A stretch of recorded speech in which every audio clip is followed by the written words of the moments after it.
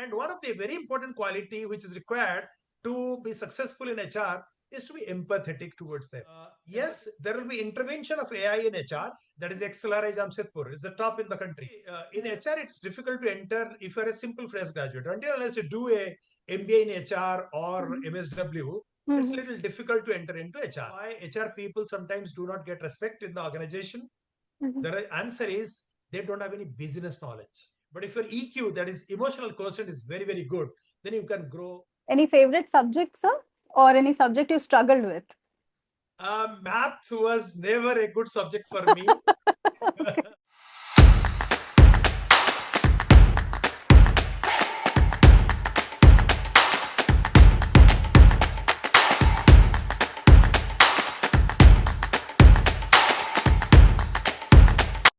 Hi everyone, welcome to TEDucate, your go-to podcast for exploring higher education like a pro.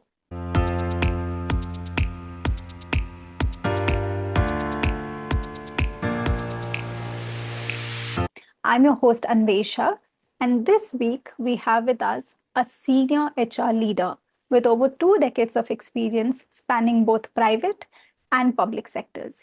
He's currently the Chief General Manager, Human Resources at NBCC India Limited under the Government of India. He's also a visiting faculty at leading institutions like IIMs, IITs, and government academies. But right now, he's widely known for interpreting management lessons from the Mahabharata and applying them to real world HR challenges. With deep insights into emotional intelligence, leadership development, and future ready workplaces, he brings a unique voice to the conversation on how HR has and must evolve in the rapidly changing world of work. Let's welcome Mr. Debasis Satapathy. Hello, sir. Thank you so much for accepting my request and being a part of this podcast. I'm so honored to have you.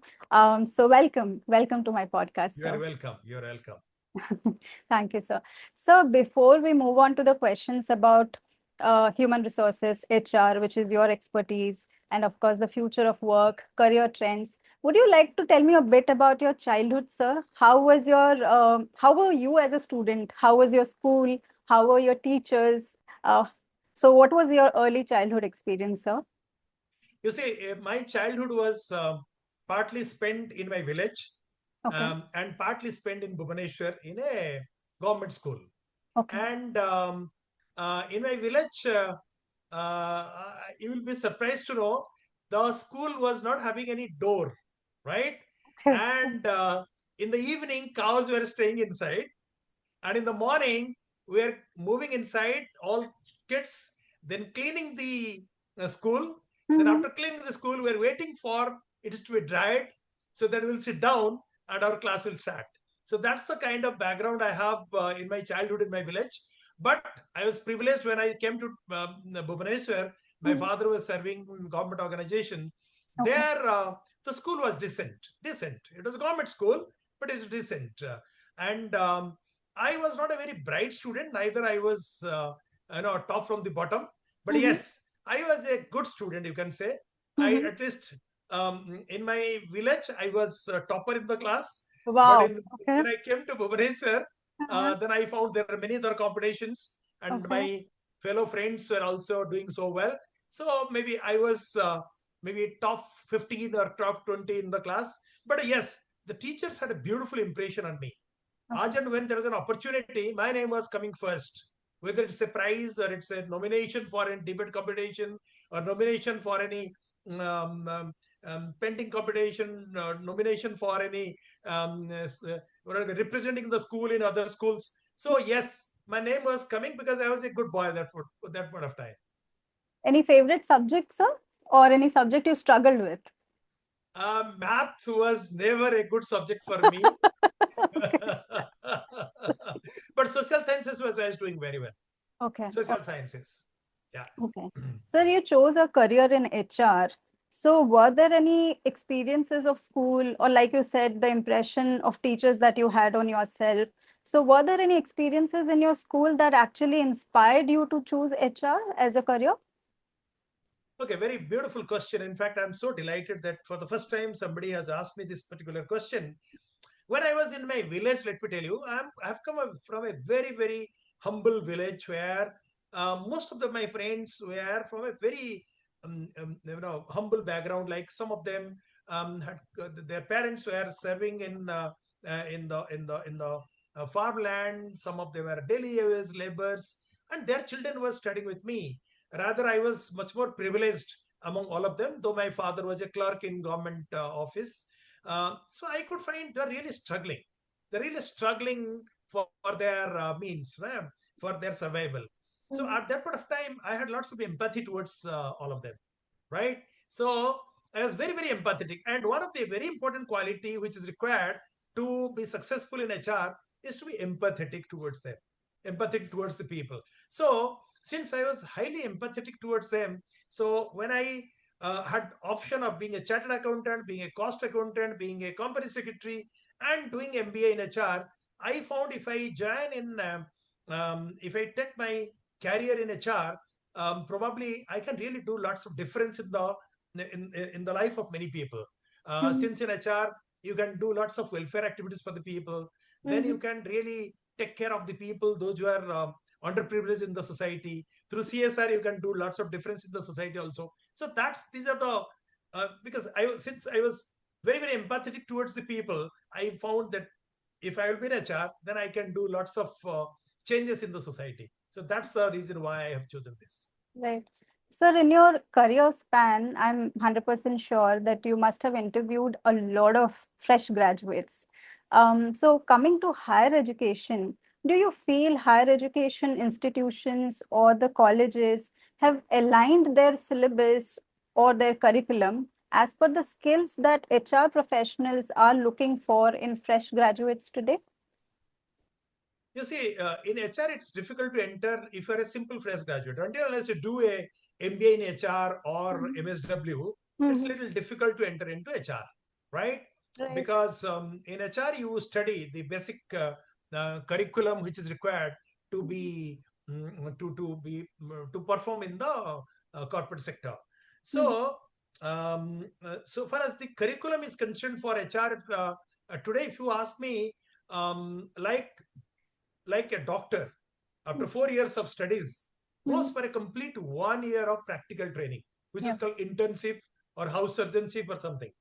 But Right. in a 2 years MBA program in HR or MSW, you find only 2 months of exposure, practical exposure. I think that's absolutely not sufficient.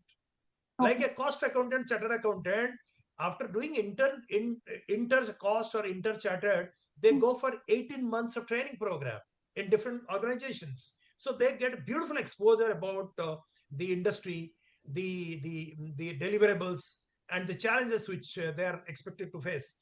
But Mhm. in MBA, particularly in MBA HR, 2 months of a practical experience is not at all sufficient. That's Mhm. the reason why when they come for campus interview and Mhm. we interview them, I find they have hardly any practical knowledge.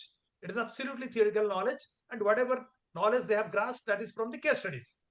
So Mhm. my suggestion is that if in the curriculum, instead of 2 years, only 2 months of practical exposure, which is summer internship or winter internship, if 6 months be they will be getting exposure in a industry, then Mhm. that will be much more knowledge they will be gathering, and their practical exposure will be much more better. Mhm. And the moment they will be had by one organization, from the day one, they will start delivering. That's my suggestion. Right. Sir, as per you, I mean, this question was not at all there in the list of questions, but now that you're talking about practical experience and syllabus and all of that, are there any, like, would you like to recommend any top five colleges to students that are best for like HR? Yeah, definitely. There are many institutes in the country, those who are really doing well. One of them is my institute from where I've done my courses and I'm currently doing my PhD. That is XLRI Jamshedpur. It's the top in the country. Right. Then your definitely your TIS, Tata Institute of Social Sciences, which is there in Mumbai. That's Mm-hmm. one of the best in the country. Maybe second best in so far as HR is concerned. Mm-hmm. And apart from that, there are many. IIMs where there is lots of focus on HR. One is IIM Ahmedabad, then your Mhm. MDI Gurgaon, which is Mhm. again one of the best. Then your IIMT Ghaziabad. They have also, there are many HR professionals, those who have, they have come out from there with flying colors. Mhm. Then in Bhubaneswar also we have XIMB, Mhm. Javelin Right. Institute of Previous. Management, Bhubaneswar. Then your KIT University. That has Right. also come up in a very big way. And the students recently I had gone to address to the students. I found they're brilliant. They're brilliant. Right. So, talking about practical experience, what are the skills that students need to acquire for the field of HR beyond their classroom?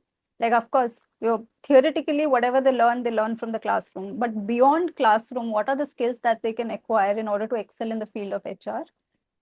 Okay, very interesting question. Let me tell you, around 10 years back, I attended a conference where many stalwarts from HR they were addressing. One is Mr. Uday Parikh, who is no more. Then Mr. T.V. Rao was there, and there are many stalwarts. And very interestingly, they mentioned that, do you know why HR people sometimes do not get respect in the organization? Mhm. The answer is they don't have any business knowledge, right? So they are confined to HR. How a balance it is to be read, they don't know. Suppose in my organization, NBCC, that how we get a what do you call order, how the tendering document is being prepared, how we prepare the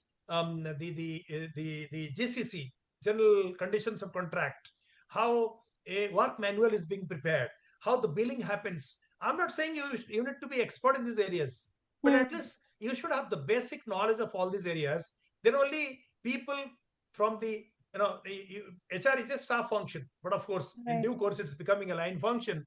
But the people, those are in the front line, those are contributing to the top line and the bottom line of the company.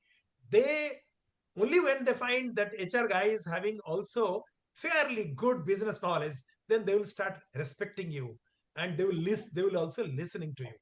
What is really happening nowadays, many students in HR, they are confined to their HR field, and since their HR business knowledge is very, very limited, that's the reason why they're not able to prepare good policies.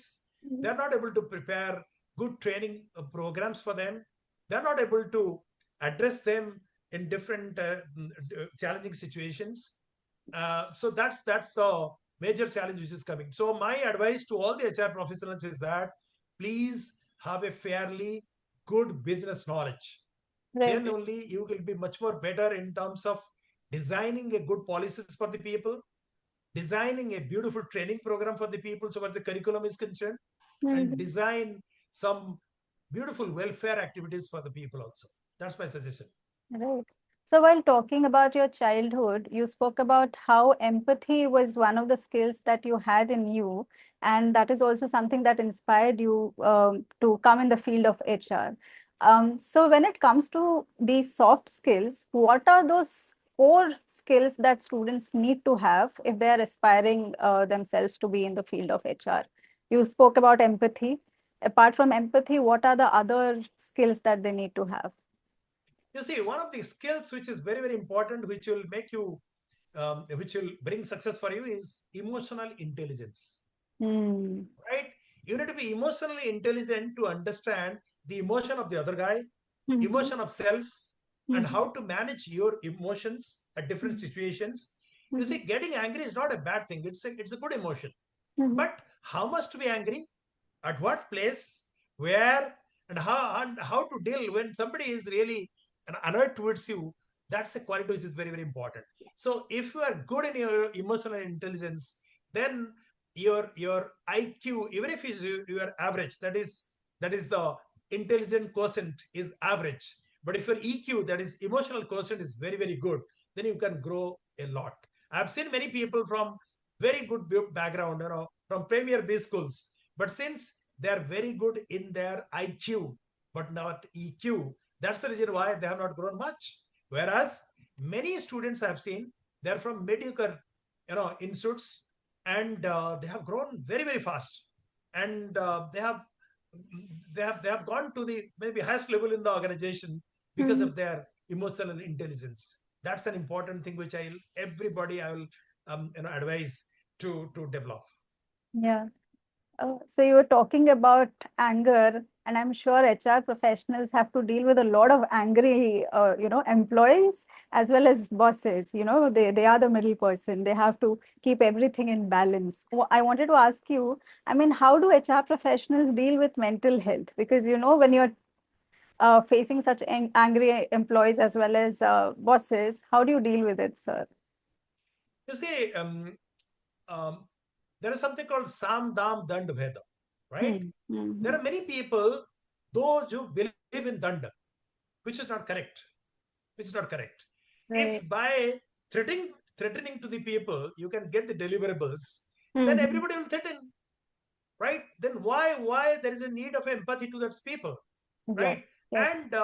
And by threatening the people, you may get success in the short run, but in the long run you will not, because there will be lots of discontentment among the people, and there will be lots of what do you call, the attrition which is going to happen to the organization. You see, people don't work for money only. They work Yes. for respect. Yes. They work for engagement. They work for career. They work for happiness. They work for relationship. So it's very important that in the organization you need to really be empathetic towards people, caring towards the people. You just see, I'll just give an example of Tata Group. Why Hmm. there is no strike in Tata Group? Why people stick to the organization?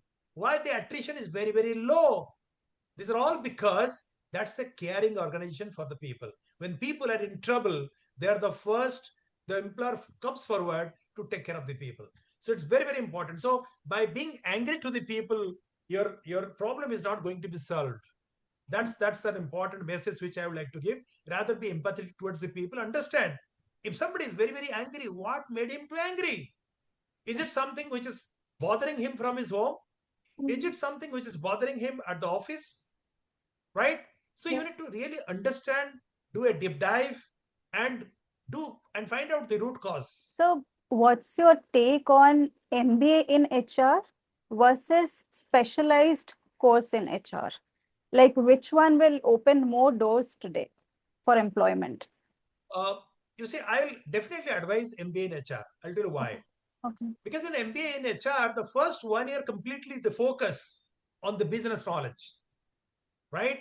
In the first year, they talk about marketing, they talk about finance, they talk about operations, they talk about IT, everything they teach you. And most of the curriculum, what I have seen, only in the second year they teach your HR specialization. So, but in in human resources specialization program, I find there is a little less focus on the business knowledge, and it is purely on HR. So in this process, somebody who has taken the HR as a core subject, then the exposure to the business knowledge is very limited, and in the long run, this particular lack of knowledge is going to hunt him, and it's going to give him trouble. So my suggestion is to go for MBA in HR. Okay. And sir, in terms of like courses, would you like to recommend some of the courses that would be highly popular for the next decade? You see, AI cannot really take away all the or none of the positions which currently we are studying or grooming our children. Um, yes, there will be intervention of AI in HR. Mm-hmm. There will be interference of AI in marketing. Mm-hmm. There will be intervention of AI in finance. Mm-hmm. But the question is how you are going to upgrade yourself, upskill yourself, so that the application of AI is going to have in HR. For Right. example, the operation aspect in HR, like in HR you have a talent acquisition, you have the performance management system, you have training and development, you have CSR, you have operations. The first thing which AI is going to attack is your operations, right? Onboarding of the people, Right. right? Right. Preparing the posting order for these people. Then their job description is to be prepared. All these things AI is going to take over. So the people, those who are into pure operations, they need to upskill themselves. They need to add new and new skills so that they will be relevant. But so far as the recruitment is concerned, though there are many aspects of recruitment, now AI has taken over. For example, psychometric test. Now AI has taken over in Okay. recruitment. Then Okay. screening of the applications, AI has taken over. But so far as the interview aspect is concerned, that is face-to-face interaction, right? Or taking 360-degree feedback from the market, like Hmm. Mr. Satpathy is to be hired, how his ex-boss talks about him, how Yeah. his colleagues were talking about him, what his subordinates are giving the comments about him. That aspect is difficult for AI to take over. So there will be still human interventions. Only thing is that those who are going in HR, they need to upgrade and upskill themselves with the latest techniques which is being available in the market. Mhm. Otherwise, they will be irrelevant. Right, right. Sir, I can see a picture of Lord Krishna behind you. And on a lighter note, I need to ask you this question. Why do HR people so adherently believe in the philosophy of karm karo, chinta ka phal mat karo? Why do they so strongly believe in that? Because whenever the time for appraisal comes, they always say, work hard and we'll see next time, you can expect whatever you're expecting this year, but that year never comes. So why do they so much believe in that philosophy that, karm kare chalo aur phal ki chinta na karo? You see, since I have seen a journey of 32 years, Yes, I have a yes. strong belief in this. Let me tell you. Okay. If you're in private sector, then um, you keep on doing good job. Mm. And when there is a jewel in the organization, it cannot be subdued or under the carpet for so long. It will surface. It will surface one day, and everybody will understand Mm. him or her in the organization. So what I find in my 32 years of experience, if you do a good job, Mhm. you are going to be rewarded definitely. You're going to be rewarded definitely. And if the your organization is not rewarding Mhm. you, then there Mhm. are many other players, there are many other takers who are going to take you, poach you from that organization. That has happened to me also. I started my career from Balarpur Industries Limited. Then I went to Spice. Then from Spice, I went to Jubilant Organizers. From Jubilant, I went to Idea Cellular, then to Airtel. So wherever I find the organization is not taking care of well to Mhm. me, or they are not paying respect to me, or they are not recognizing me, then the competition is poaching me. And they have taken me also, and sometimes in double the salary what is there. So if you keep on doing good job, either Mhm. your current organization or in the market somebody else is going to identify you and poach you. So कर्म करते रहो and फल के लिए आशा मत करो, and there is somebody who is watching you that you are doing a good job. Wow, wonderful, sir. So, like you said, you have worked on the private side with top global companies. You also worked on the government side. Would you like to throw some light on what is the difference between both of these environments in terms of environments, also the perks that you get, the salary structure, and all of that? What is like the difference between the private sector and the government sector when it comes to HR? You see, whatever answer I'm going to give, some of the viewers may not like, but that's a truth which I'm going to tell. Yes, please, please do. Brilliant students should not join in PSU Okay, okay. because in PSU there is a policy, Mhm. and you cannot really move very, very fast. The fast track growth for public sectors in the same organization, if you are serving, even if you are brilliant, Mhm. you are a top talent, and you have very many success stories to prove before the management. But until unless your time comes, you cannot really move ahead. You cannot be elevated to the next level, right? Okay. And neither your salary, even if your boss is highly, um, highly Happy. is expressing his happiness to you and is Mhm. highly satisfied with you, he Mhm. cannot increase your salary by 1 rupee in a public sector. Are you got a Mhm. point? Yes. Whereas in private sector, Mhm. if you are doing well, then the organization can take care of you well, and there is a fast track growth. And at the age of 38, 39, I have seen in Airtel where I'm serving, some Mhm. of them were working as CEOs of some of the circles. For example, I was in Bihar and Jharkhand circle, and in Mhm. Bihar and Jharkhand circle, there was a CEO who was 39.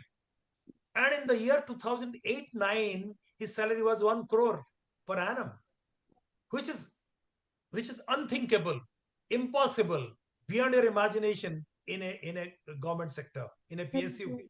right? Yeah. If you ask me, probably the CTC, that is cost to the company of a government sector PSU, cannot be more than 40 lakhs. Whereas this is a very maybe middle level salary in a private sector organization. So that's the reason why I was selected by a PSU at the age of 30, and I joined there, but within 1 month I was feeling very suffocated. Then I left that organization and joined in private sector, right? And I spent 20 years in private sector. And again, when I was touching 50, when my all my requirements were being fulfilled, then I Mhm. again moved to public sector. So again, I'm repeating that many viewers may not like to listen to me, but still I'll again I'm repeating that the brilliant students should not join in public sector. Life would be very, very cozy. You will be within your cocoon, and you will be confined to your comfort zone. It will very difficult for you to think, let me go out of the comfort zone, right? And but if you are in private sector, sky is the limit, and you can grow very, very fast. And maybe you will be getting maybe 5 times the salary of what you are getting in the government sector if you're doing so well. That's exactly happened to me also. Wow, wow. Sir, earlier you spoke about which are the areas which might get replaced by AI when it comes to HR. So would you like to advise as in how HR professionals can future-proof their careers, especially with the advent of AI, what skills they can acquire, or maybe what courses they can go for, even working professionals, what they can do in order to future-proof their careers? You see, I'm repeating once again that now AI has application everywhere. Yes. It has application in finance, it has application in marketing, it has application in IT, it has application in HR, Hmm. right? Right. So everywhere AI has entered. It has entered into talent acquisition, that is recruitment in Mm-hmm. private sector. The Mm-hmm. AI is able to screen the applications and Right. give you based on the JD which you are preparing, that is job description, is it's able to filter the applications and finally giving it to you, Mm-hmm. right? And AI is also able to the first round of interviews also, right? First round of interview AI is able to do. AI is able to do the psychometric test of the candidate. Mm-hmm. So these are the things which has really emerged, right? Similarly, Okay. on performance management system also, now things have become automated. And since in performance management system, everything is becoming measurable nowadays. So the system is throwing the data about the performance of Satpathy on a daily basis. Right. Earlier, at the end of the year, the appraisal was happening, and my boss was telling you have done a good job, or you have Mm-hmm. done an average job, or you are good for nothing. But now the system through ERP system, whether it is SAP or other Oracle systems, it is giving a daily performance of everybody in the organization. Its system is designed in such a manner. Wow. So, so what is happening nowadays? If you are really able to adopt yourself to the changing needs of technology and you are highly tech savvy, then you are going to do well. And one important quality, which based on my experience, I'll tell you, I have come from private sector and I'm in public sector since 10 years, that people need to be really tech savvy, Hmm. right? Yeah. Like Yeah. my office moves along with me every day, everywhere. Whether I'm in Delhi, I am in Calcutta, or I am in Bhubaneswar, I am in foreign country. My office moves along with me. My laptop is there, my hotspot is there, and I get connected, and my ERP system is there. My other things are there. So my office work is never hampered. There is an Yeah. e-office system, and everything is there. So whether I'm in the office or at my home, it doesn't matter. But this particular tech savvy people are relatively less in public sector. That's the reason why the moment they leave the office, now Mm-hmm. office work is there in the office. And if you ask that to some of them that please give me this data, they will say that tomorrow morning when I will be there in the office, I can give you this data. But that data is instantly required, right? So Right. that's my advice to people. Please take your office along with you, so that whether it is a Saturday, whether it is a Sunday, whether it is a midnight or daytime, you are absolutely available all the time, and you're able to deliver as per the expectation of the organization. Right, right. Sir, in India, students don't take internships quite seriously. What is the importance of internships, sir, when it comes to the field of HR? Those who are not doing internship seriously, they're cheating to themselves. Hmm. They're cheating. They're not cheating to the organization, nor to their institute. They're cheating to themselves, because when we go for a campus interview to a campus, we catch the student at his neck from his experience or her experience in the summer or winter training, Hmm. right? Hmm. Since all the students, those who come, they are looking very, very, what do you call, smart. All are Yeah. having a jacket and a tie, and all talk good English. Then it's difficult for us to catch from their curriculum. And curriculum has very little impact on the practical things, whatever Right. they do in the organization. Mhm. So the question comes is that where you did the summer training, who decided your project, where from you collected the data, when Right. you did the presentation, who are the people present, whether the project was decided by you or decided by your boss or that organization which invited you to do the summer training or winter training. When you did a presentation about your project, who are the people present? Whatever recommendation you have given in the project, is it being implemented there? Or you have given your project, now it has gone to library or to the dustbin. If it is implemented, is it replicated in the organization and other branches also, or to other organization also? If in all these cases the answer is yes, yes, yes, yes, yes, then he or she has done a brilliant job. Wow. That's the way. This is the way we generally catch the students. Wow. Wow. And also, sir, please talk about the importance of networking and mentorship. Because networking is also, I know it's, it plays a pivotal role when it comes to the field of HR. So what is the importance of networking and mentorship? You see, there is no substitute to networking. Let me tell you, Yes, there's no yes, substitute, absolutely. Yes. right? Yeah. And networking can really give you beautiful growth in your career. Beautiful, right? And if your network is good, your avenues gets opened, Yes. your opportunity gets opened, and you are accessible to very senior people in different organizations. You can practically pick up a phone and speak to your very, very senior people in different organizations, if your network is good.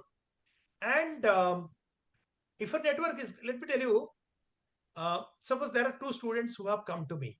Hmm. One is in touch with me on a regular basis because I met him in NIPM or ISTD or in some of the conferences.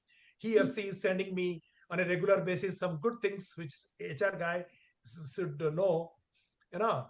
And there is one more guy to whom I don't know, right?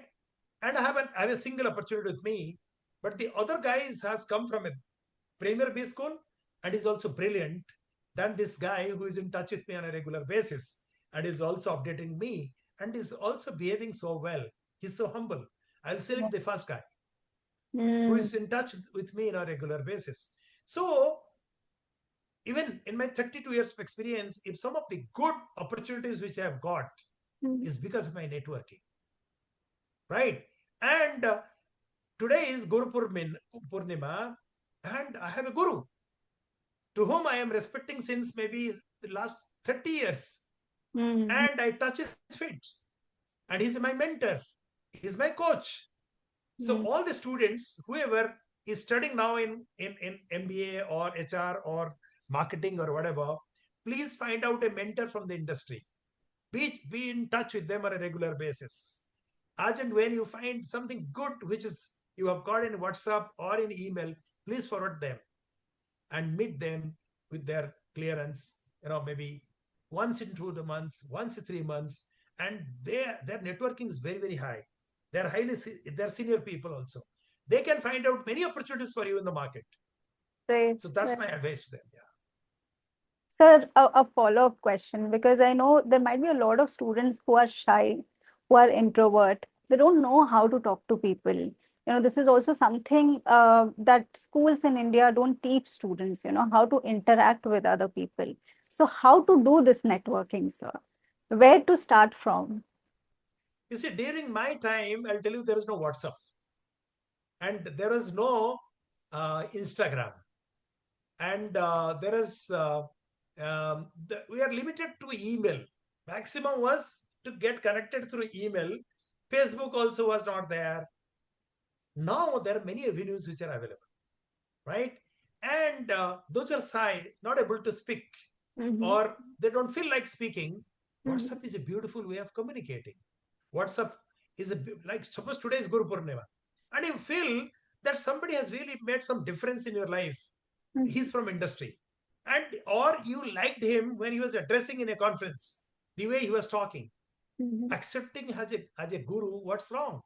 You send one opportunity, one you send one mail to him, or a WhatsApp message to him. Can you believe today I have got a message from a gentleman who is of my age from Goa, and since 2 years he's able to see all my research work on management lesson from Mahabharata, and he Mm-hmm. had invited me 1 month back to Goa to address in a conference. And if you allow me, I'll Yes. just read out what he has written there. Sir, you are really the guru of many HR professionals. Mm-hmm. I also learned many things from you. You are my Guruji. Happy Guru Purnima. Wow. Wow. Right? He has Yes. made my day, and he's of my age. Yes. And just imagine what kind of happiness I must be getting out of this. Why we cannot send a message of this kind to our industry mentor Yeah. or anyone to whom you respect? Right. So we spoke about the shy and the introvert students. Acha, what about extrovert ones? There are a lot of people, like social media is so popular these days, and if they face some sort of an issue in a particular organization, they rant about it on LinkedIn or Facebook. How does that reflect on their next opportunity? When a HR professional sees the profile or a particular rant of a professional, what is like the first impression that they get out of it? Right. I'll answer this question with a small story. Maybe it will take a minute or so. There was a gentleman who wanted to move from one village to another. And then when he went to the other village, in the entrance of the village, he asked that I am planning to settle down in this village. And can you tell me what kind of people are staying here?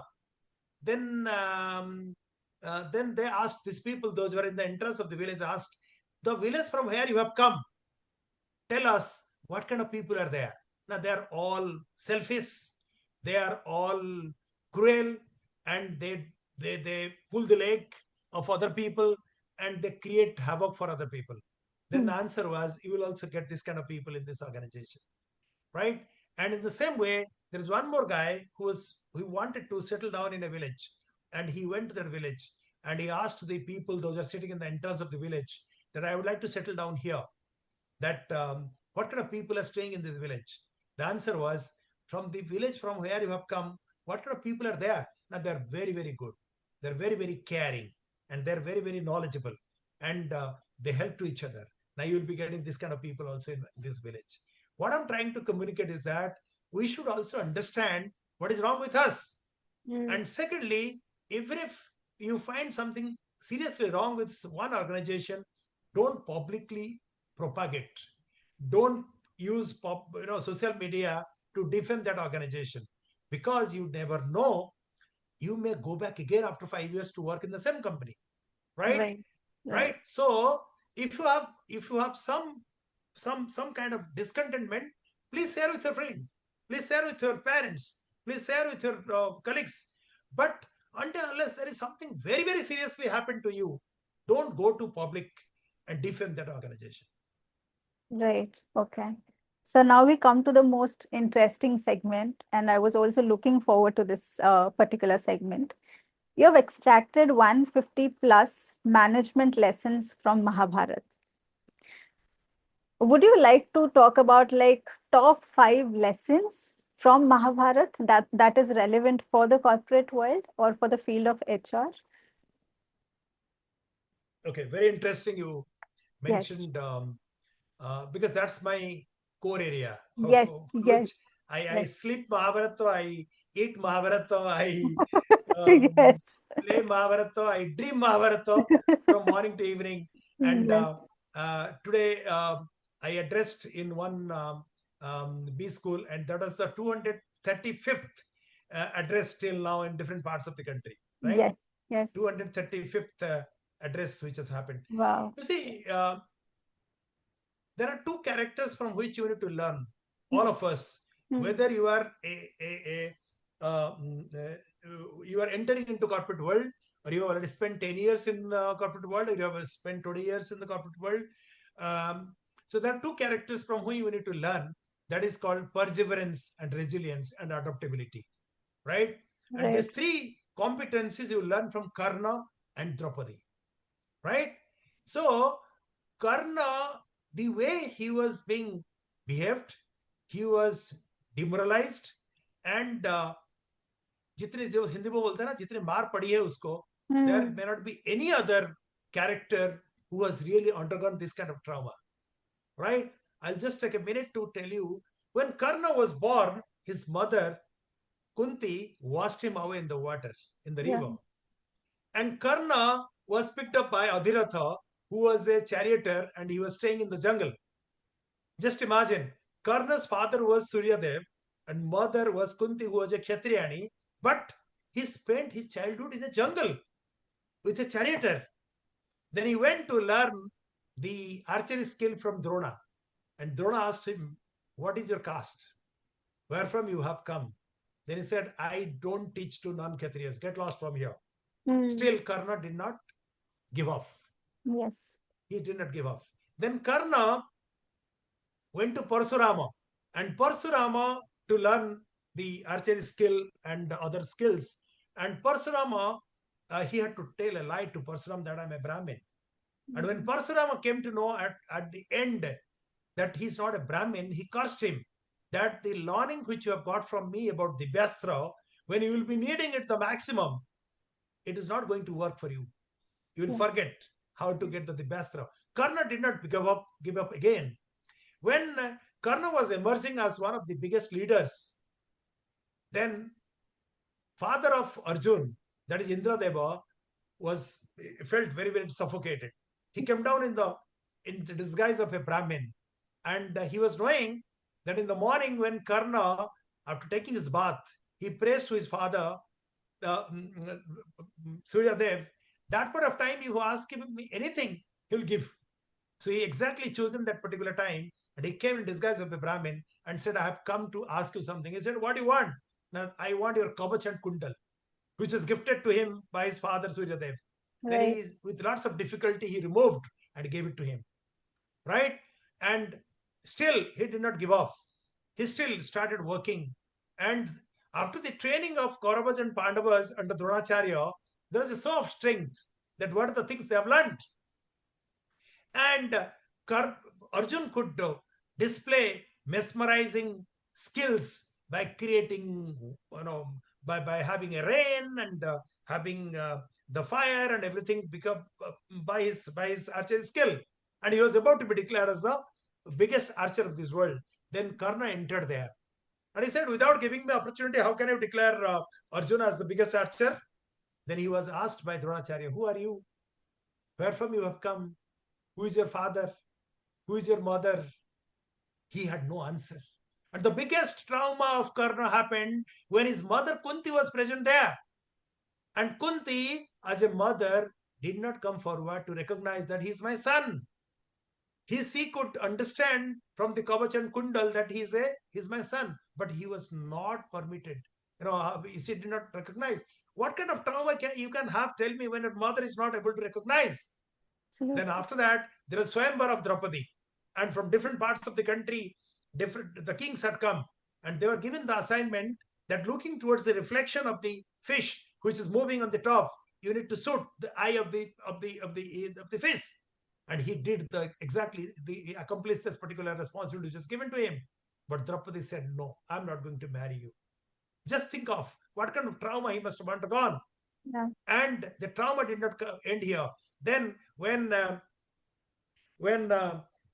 war was about to start between Pandavas and Kauravas, and they're facing towards each other, then Karna was not permitted to participate in the war. He was confined to a war room. Just imagine, you are a product of IIT Delhi, then you have gone to IIM Ahmedabad to do your post graduation, that is MBA, then you have gone to Harvard University. One company has hired you, but he has not given you any work. You are confined to a room where you will be getting a paycheck every month. How long will you continue in that organization? You will go bad. Yes. That's exactly happened to Karna. And at the end, when Karna was having the last word, the most important word with Arjuna, his as per the curse which he had, his chariot entered inside the mud. And he requested to Arjun, Arjun, give me little time. I'm unarmed. As per the code of the war, you are supposed to not kill me because I'm unarmed. I'm going to take out my chariot, then you fight with me. Then Arjuna asked him, when in the Chakravyuha, you killed my son Abhimanyu, who was a small kid, and all of us together killed him. Where Durjodhan, Dusasan, Karn, Dronacharya, Krupacharya, all are there. Where was the code of the war? You have broken the code of the war. Now I'm going to break the code of the war and I'm going to kill you. What I'm trying to communicate is that the resilience and perseverance you need to learn from Karna, and all of us, those who are in the corporate world, we need to learn from him that if you have perseverance and resilience and perseverance, nobody can stop you to grow and excel. Wow. So you also spoke about Draupadi. I think you wanted to also throw some light on the lessons from her life, which can Yes, be applicable to the corporate world. yes. The you see one of the competency for a CEO or a leader in the corporate world to have is adaptability, right? Adaptability in different situations, Hmm. resilience and adaptability, right? So that's we need to learn from Draupadi in a big way. When Draupadi was the daughter of a king and wife of a king also, and when she got married and entered into the house of her in-laws, she was communicated that you are not going to have one husband, you are going to have five husbands. Just imagine what kind of what kind of thought process must have undergone in her mind, that Yes. I'm going to have five husbands. Yes. Then then in the game of dice, she was lost by her husband. Does husband is having right to, you know, put put the wife in the game, right? No, it's not. But she again accepted it, of course, little with little resistance, right? And as per when her husband lost her and all the everything kingdom and the brothers in the game of dice, they had to go inside the jungle for Banabas for 12 years. Just imagine, the daughter of a king is spending 12 years inside the jungle. What kind of adaptability can you expect from her? Then the last 1 year, that is Agyantabasa, was unbelievable. Unbelievable in your and my terms. In our thought process, even you cannot believe.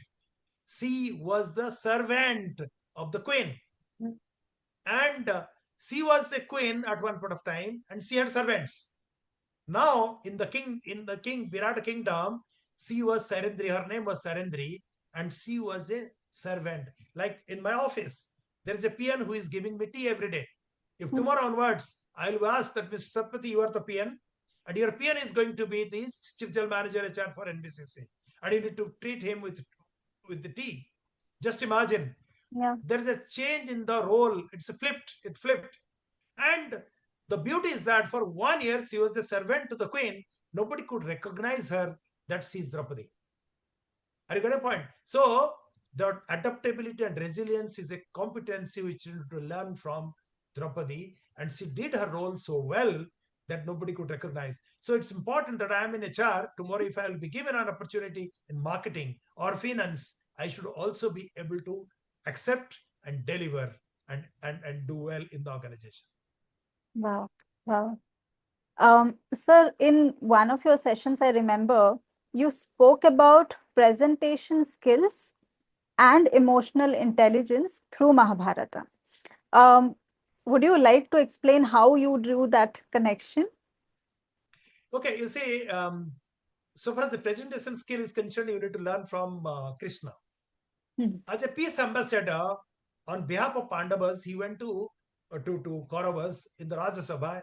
He was presenting the on behalf of Pandavas, and see the way he explained to them to Dhritarashtra that if there will be war, then the entire kingdom would be vanished. Mm-hmm. All the warriors, those who have come from different parts of the country, they will also be vanished. They will all be killed. And, oh my king, there is a possibility that you will also see in your you will also see, though you are blind, you will understand that your all the sons, 100 sons, they also may be killed. So, so please stop this war, and whatever they are asking for, give them the Indraprastha. So the way he was presenting himself, trying to convince and persuade the king, that's a beautiful presentation skill. In fact, that you should see. That's there in my YouTube channel. You should see a presentation skill which is there. So nicely he was doing the presentation, though though Dhritarashtra did not accept his proposal. And Mm-hmm. finally, when he found that Dhritarashtra and Duryodhana are not accepting to give Indraprastha to them, then he asked 5 villages. He gave them 5 villages, they will be happy. And he was also trying to utilize his presentation skill to convince and persuade Dhritarashtra and and Duryodhana. This is one aspect we need to learn from Mahabharata, the presentation skill. Then comes the emotional intelligence. Emotional intelligence is a competency, I'll tell you, that can give you lots of success. And the, the best example I can share with you, the emotional intelligence is from Yudhishthira. When they were in 12 years of Barbaras inside the jungle, they had they were at one point of time they are very thirsty, and you know the story. And one by one, brothers, they went to a reservoir, and Yaksha asked the question. And one by Right. one, they went, they did not listen to the Yaksha and started drinking water, and they were all killed. Whereas Yudhishthira went there, and he could see the dead body of all his brothers, Bhim, Arjun, and his brothers. And he could understand, he analyzed the data, analyzed the situation, and finally he felt that there is something wrong with this water, or there is something wrong in the situation. Then he also went to take the water just to understand what is wrong. Then immediately Jaksha asked this question, and then he could understand this Jaksha is responsible for whatever has happened to his brothers. Then with lots of patience he could answer all these questions of Jaksha. And Jaksha was really mesmerized with his answer. And he was so happy that he said, not only I will give you the water, but I will give the life to all your brothers. So that point of time, he could demonstrate highest level of emotional intelligence, and as a result of which, he could prove himself that he's a he's a he's a dharma, he's a protector of dharma, and he's is excellent in his emotional intelligence. That's Right. the example. Yeah. So suddenly this question came to my mind. If characters from Mahabharata would have been in the field of HR, just few of your favorite characters, what role would they be executing and who would be executing? You see, first of all, let me tell you a good news that Government of India has made it mandatory that in each and every business organization, in each and every education institution in the country, there will be a curriculum on IKS, that is Indian Knowledge System, right? What are the things to learn from Indian mythology and epics that you need to teach to the students? Right. And nowadays, I'm teaching in LBS Academy in Missouri, and maybe I'm going to IPS Academy, that's a CBI Academy in Ghaziabad, and Indian Institute of Public Administration, which is there in ITO, and many other IITs and IIMs. I find it has, they have already introduced a curriculum on Indian knowledge system. Wow.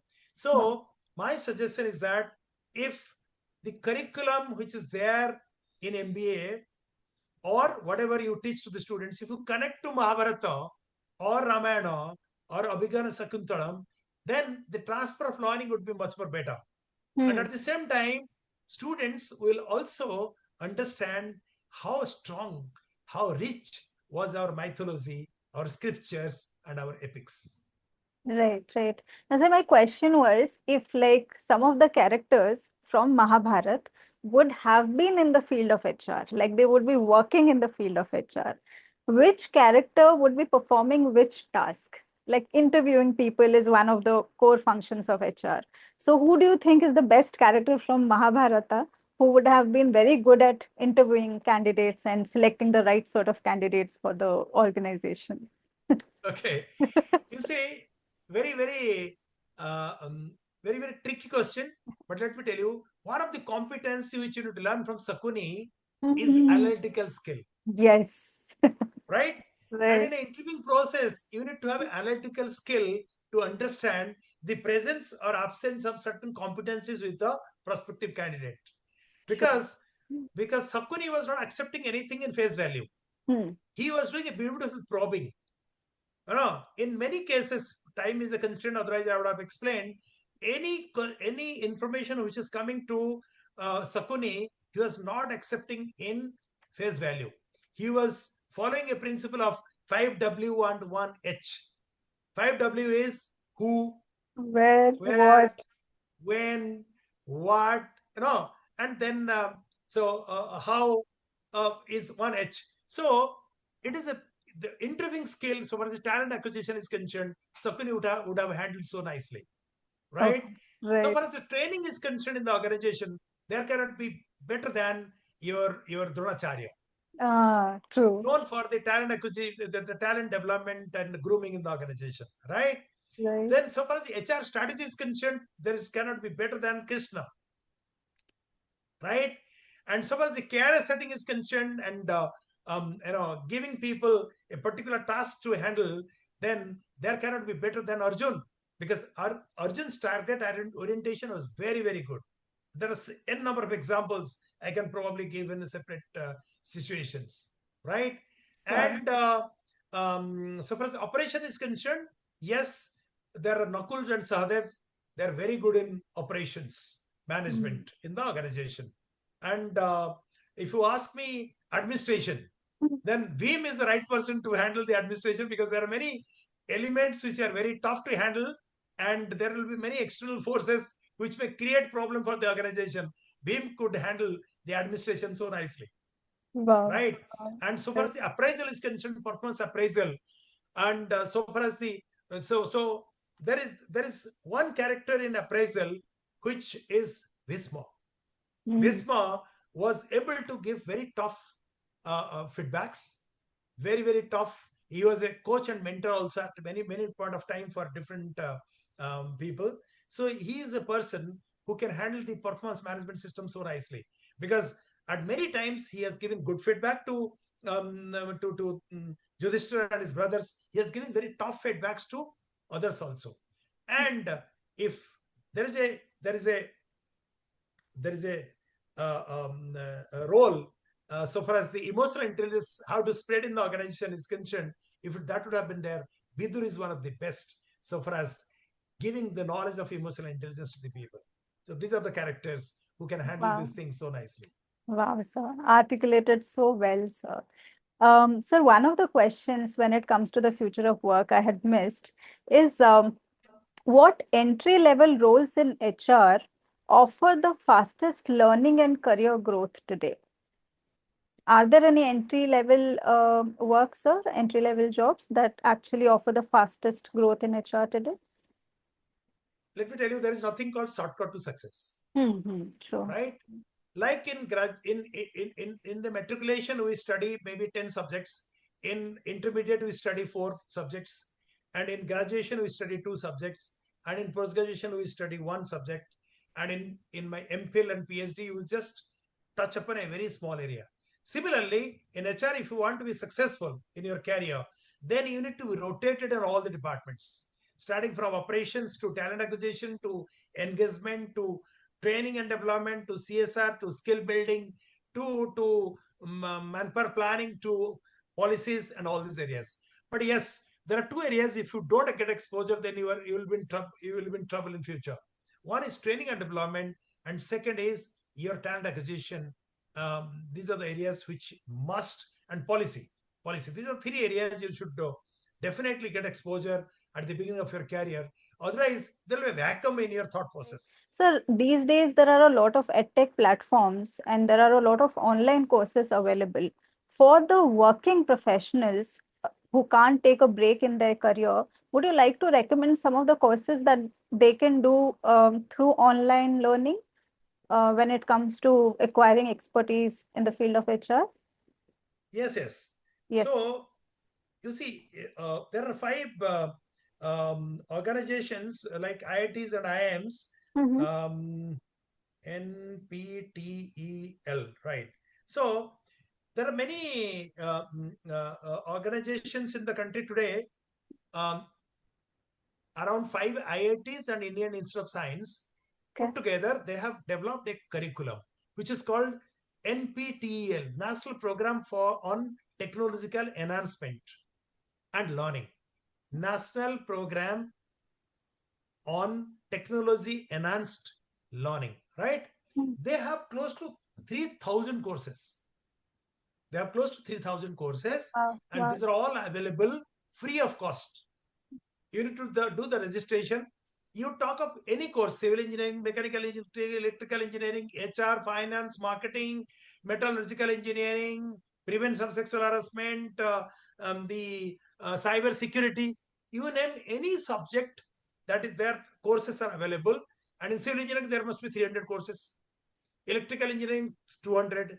Mechanical engineering, 100. So these are the courses which are available, and you can, sitting at home, you can access and you can learn. If you want a certificate, you need to just pay 1,000 rupees, and by just paying 1,000 rupees, you can enroll for an examination where you appear an examination in their center. Then you get a certificate issued by IIT or Indian Institute of Science, and that certificate is, the duration of these courses are 1 month, 2 months, 3 months, 4 months maximum. So in this process, sitting at home, you can upgrade and upskill yourself in some contemporary areas which are highly relevant, and lots of impact it will have on your skilling. Sir, apart from learning, these courses or these certificates, do they add value to the CV, to the resume when? Yes, Yeah. Okay. yes, yes. You see, first of all, when somebody is going to see your CV, Mm, the first impression will created that mm, this guy is always putting efforts to upgrade his knowledge and skill.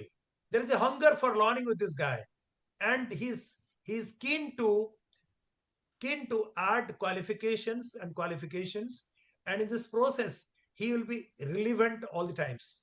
What happens many a times, whatever we have studied during our college time, that mhm. becomes irrelevant until unless we understand what is the contemporary skill sets which is prevailing in the market, and we need to upgrade ourselves. So these qualifications are definitely going to add to your CV, and you will have an edge over your uh, other friends, those are available in the market for employment. Wow. Not only spoke about the importance of the certificates, sir, you also spoke about the importance of constant learning. That Yes. should, always students need to look out for like constant learning throughout their life. Wow. So this brings us to the end of the questions, but to a very interesting segment, which is the rapid fire round. Mhm. So you know what a rapid fire round is? I ask you these volley of questions, and whatever first comes to your mind, you need to respond with that. Right. Shall we start, sir? Yes. My first question, degree or skills, what matters more today? Skill set is much more important, because even if you have degree, if you don't have skill set, there will be no takers. But if you don't have any degree, sorry, if you have the skill set, but if you don't have any degree, there will be many organizations who would be ready to take you. Wow, okay. Most in demand HR skill in 2025. Application of AI in HR. Wow, okay. One course every HR student should take. It is um, knowledge about business. That's a course everybody should know. If it is a construction industry like NBCC, that what is the process of the execution of a high-rise building or a project like Bharata Mandapam, from the beginning to the end, how the process starts and how it ends. Maybe a very superficial knowledge, but it must for the wherever you are serving. Wow. Okay. LinkedIn or networking in person? What works better? Networking in person. One emerging HR job title that excites you. That is HR as a business partner, HRBP, Okay. right? Okay. Yeah. Nice. Remote work, here to stay or on its way out? It is on its way out because you cannot really develop your interpersonal effectiveness through a video conferencing mode or online mode. Only when you are interacting with the people face to face and you are managing people in a team kind of environment, then only you will be much more effective and the impact would be much more, and your leadership competencies will also grow. Through video conferencing, your leadership competency cannot grow. Wow. Okay. Your favorite HR buzzword or a jargon? Um, I'll have to really think. Something you secretly also hate, but you have to use it. Boss is always right. I hate. Isn't expecting. I almost forgot it. Yes. Is boss always right, sir? So I'm asking you, is boss always right, sir? No, no. Okay. One book every future HR leader must read. 7 Habits of Highly Effective People. Wow. Okay. Your favorite character in the Mahabharata and why? Karna, because of his perseverance and resilience. Wow, sir. Thank you so much. This brings us to the end of the episode. And I hope you liked all the questions and you had a good time. Um, and to all my viewers, this is your host, Anvesha, signing off from TEDucate, where we decode careers, education, and everything in between. Thank you so much, sir. Thank you. Thank you very much. Thank you very I'm much just for putting very brilliant questions. And I don't thank know you, sir. whether I could answer to your expectation or not. No, Thank no, you. of course, sir.